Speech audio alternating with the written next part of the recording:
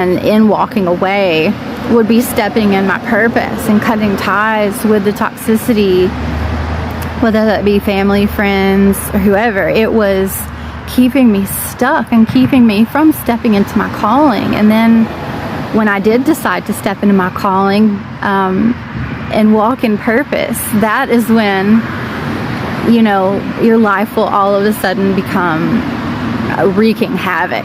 Those that had you where they wanted you and kept you from walking in your purpose and kept you in the low vibrations of being hurt and trampled on and abused, when you started slipping from their grasp, they wanted to do anything to keep you in a life of sin, in a life of low vibrations, in toxicity, in constantly asking yourself, why is this happening to me? These people are supposed to love me. You know, all of these sad victim mode, which we are never a victim. You know, God brings those things into our life to get us on our purpose. You know, He's elevating us by getting those things out of our lives that were never meant to be there. And if He didn't take action and divinely intervene, then we would have stayed there forever.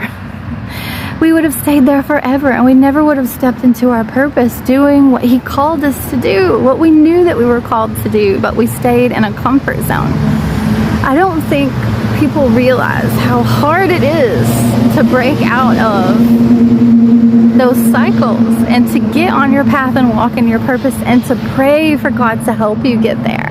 And whatever way He's going to help you get there, it's often, most of the time, if not all the time, going to be painful, because you're going to have to let go of things that you love so much and that you've built your world around. You've identified with it for years and years and years, probably your whole life. But once you break away from that and you start learning to build a new foundation with just Him, and letting Him realign you with the things that are meant to be in your life, that do align with your purpose and are not harmful to you, things that vibrate the same, and individuals that have done the same amount of work on themselves to love themselves and to love others, so that you can receive back what you're worthy of, what you deserve.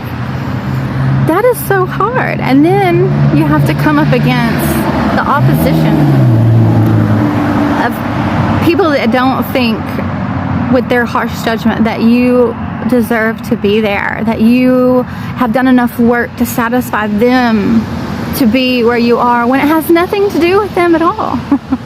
It's God. It's between you and God. It's a very personal thing. It's a personal walk. That's why I say to get rid of